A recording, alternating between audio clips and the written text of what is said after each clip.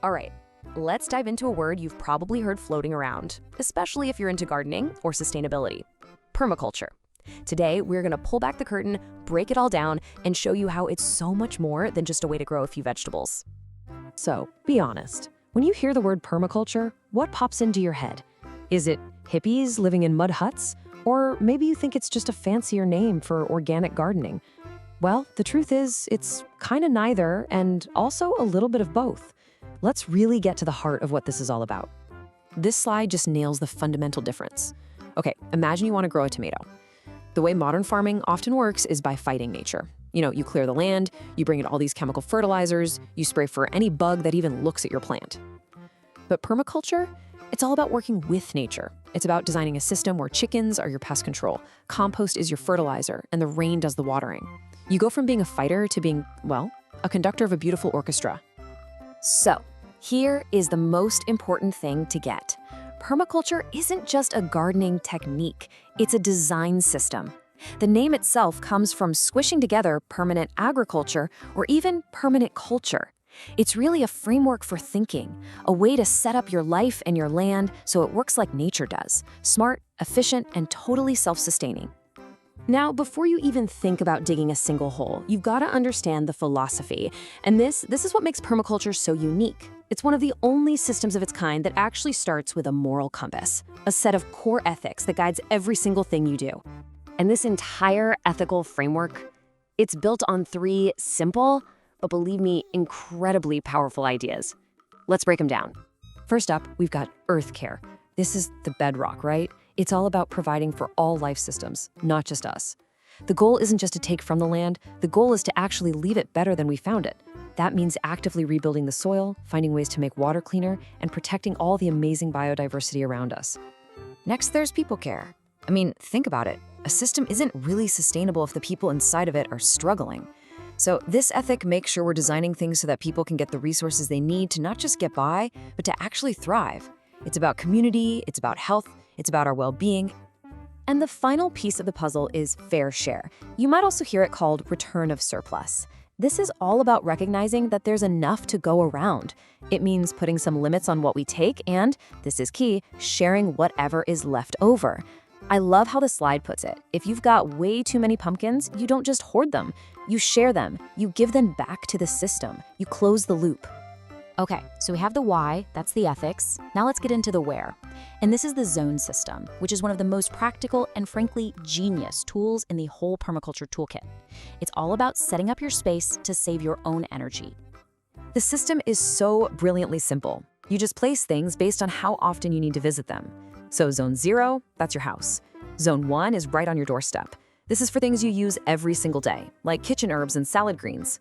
The whole idea is you should be able to pick salad for dinner in your slippers. Then zone 2 is a little further out, for things you visit maybe once a day, like a chicken coop. And it just keeps going, all the way out to zone 5, which is pure wilderness that you don't touch. You just watch and learn from it. And this right here, this is why that zoning is so critical. It's the classic beginner mistake, right? You get all excited and you put your main veggie garden, which is a zone 1 activity, way at the back of your yard in zone 3. Well, out of sight, out of mind, the weeds take over, you don't water it, and the whole project just fizzles out. The zone system literally saves you from yourself by making your life easier. Now that we've got the ethics and the zones down, let's look at the design principles. So if the ethics are the why and the zones are the where, these principles are the how. They're like the action words that guide everything you do. We're going to focus on 5 of the big ones.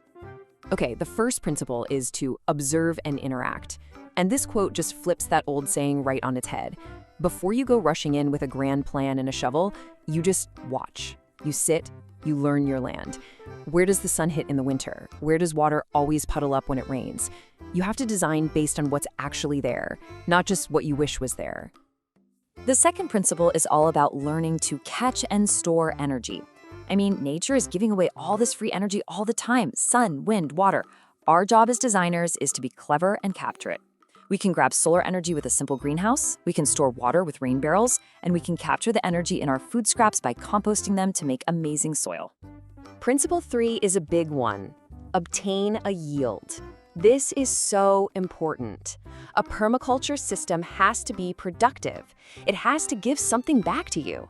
This quote is a great reminder that the whole design has to provide real, actual rewards, whether that's something small and fast, like radishes, or something you plan for long term, like a nut tree. Next up, produce no waste. You have to remember, in nature, there's no such thing as a landfill. One thing's waste is another thing's food. And this little cycle here is the perfect example. Kitchen scraps feed the chickens. The chicken's manure feeds the compost pile. The compost feeds the soil. The soil grows our vegetables, and then we're right back to kitchen scraps. See? The goal's always to close that loop. And the last principle we'll touch on today is to use small and slow solutions. This is all about resisting that urge to go big right away. Don't go out and rent a bulldozer. Just start with one little garden bed. Get it right, watch it, learn from it, and then expand. This way, you make the smallest possible change for the biggest possible effect, and you avoid making huge, costly mistakes. So when you start to put all of this together, the ethics, the zones, the principles, you realize it's way more than a set of rules for gardening. It becomes this fundamental shift in how you see everything. It's like a whole new lens for looking at the world. I love this metaphor. It's like you literally put on your permaculture glasses. And once you do, the way you see your own environment, your own backyard, it completely changes. All of a sudden, problems start to look a whole lot like solutions. And this is exactly what that means. With your permaculture glasses on, that soggy, muddy spot in your yard that you've been complaining about for years, it's not a problem anymore. It's an opportunity. It is the absolute perfect place for a beautiful willow tree that loves wet feet, or hey, maybe even a duck pond. The problem itself holds the key to its own solution. So, as we wrap this up, I want to leave you with this question. Take a look around your own space, your home, your yard, your community. What's one thing you've always thought of as a problem? And how, if you put on your new permaculture glasses, how might it actually be a solution, just waiting to happen?